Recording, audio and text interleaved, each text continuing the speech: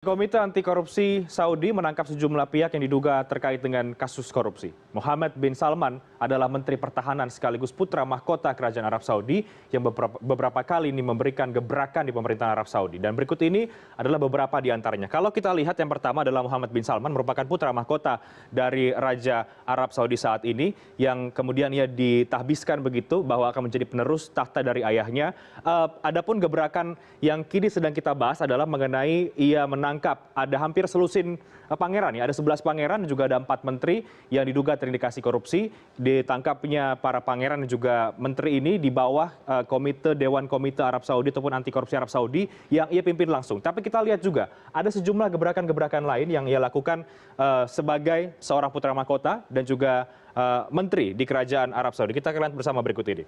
Yang pertama adalah Mohammed bin Salman ini memberikan bonus senilai 2 bulan gaji kepada para PNS dan juga personil militer dari Kerajaan Arab Saudi.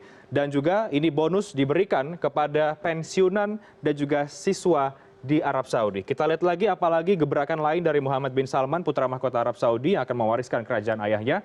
Ia memecat Pangeran Khalid bin Bandar bin Abdul Aziz Al Saud dari jabatannya sebagai Kepala Intelijen Umum. Jadi selain menangkap sejumlah menteri yang memang ditangkap kemarin begitu, dan ia juga sebelumnya sempat memecat nama-nama lain, yakni diantaranya adalah Kepala Intelijen Umum. Kita lihat lagi siapa yang kemudian dipecat oleh Mohammed bin Salman.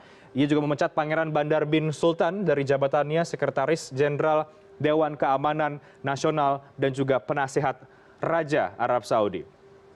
Kemudian kalau kita lihat ini adalah satu hal yang dipandang positif ya oleh sejumlah pengamat Arab Saudi begitu, terutama untuk bidang ekonomi, bahwa Mohammed bin Salman ini merupakan Ketua Dewan Ekonomi dan juga Pembangunan.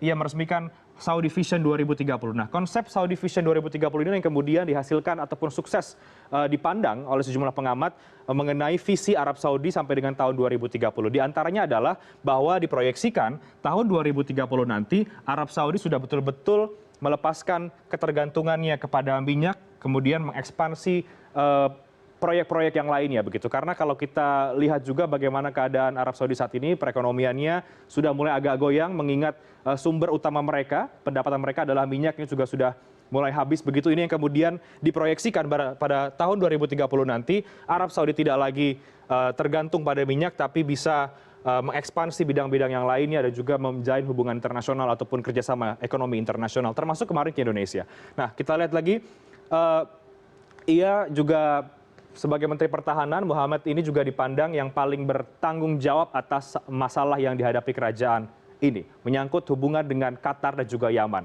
Dampaknya, kini sebagian pihak memandang kebijakan Arab Saudi yang terkait dengan Qatar membuat negara itu dikucilkan pihak lain, baik sesama negara Teluk, Amerika Serikat maupun PBB. Tapi kalau kita lihat lagi, ini menarik kemudian membahas mengenai Mohammed bin Salman ini, apalagi ada korupsi di tubuh Kerajaan Arab Saudi, satu kerajaan absolut di dunia begitu, yang memang semua ini diatur oleh keluarga. Kemudian kalau kita lihat lagi ada juga pandangan dari pengamat lain ataupun analis-analis lain mengatakan bahwa sebenarnya gebrakan ini apakah hanya sebuah gebrakan untuk bersih-bersih kerajaan Arab Saudi atau memang ada muatan politis. Mengingat orang-orang yang ditangkap ini dikenal sebagai orang-orang yang merupakan lawan politik dari Mohammed bin Salman. Salah satunya adalah Pangeran Miteb misalnya, yang sempat digadang-gadang menjadi pewaris tahta namun kemudian digeser begitu oleh raja saat ini, yang kemudian ditunjuklah akhirnya Mohammed bin Salman. Ini yang kemudian menarik untuk kita cermati bagaimana kondisi di Arab Saudi saat ini untuk bidang politiknya, ternyata sekalipun menganut sistem kerajaan tapi tidak juga lepas dari kepentingan-kepentingan yang saat ini kita lihat. Kita akan nantikan nanti apa sebenarnya motif dibalik penangkapan sejumlah pangeran dan juga menteri, apakah memang ini betul-betul ada indikasi korupsi atau justru ada kepentingan yang lainnya. Kita akan tunggu bagaimana perkembangan nantinya terkait dengan kerajaan Arab Saudi ke depan.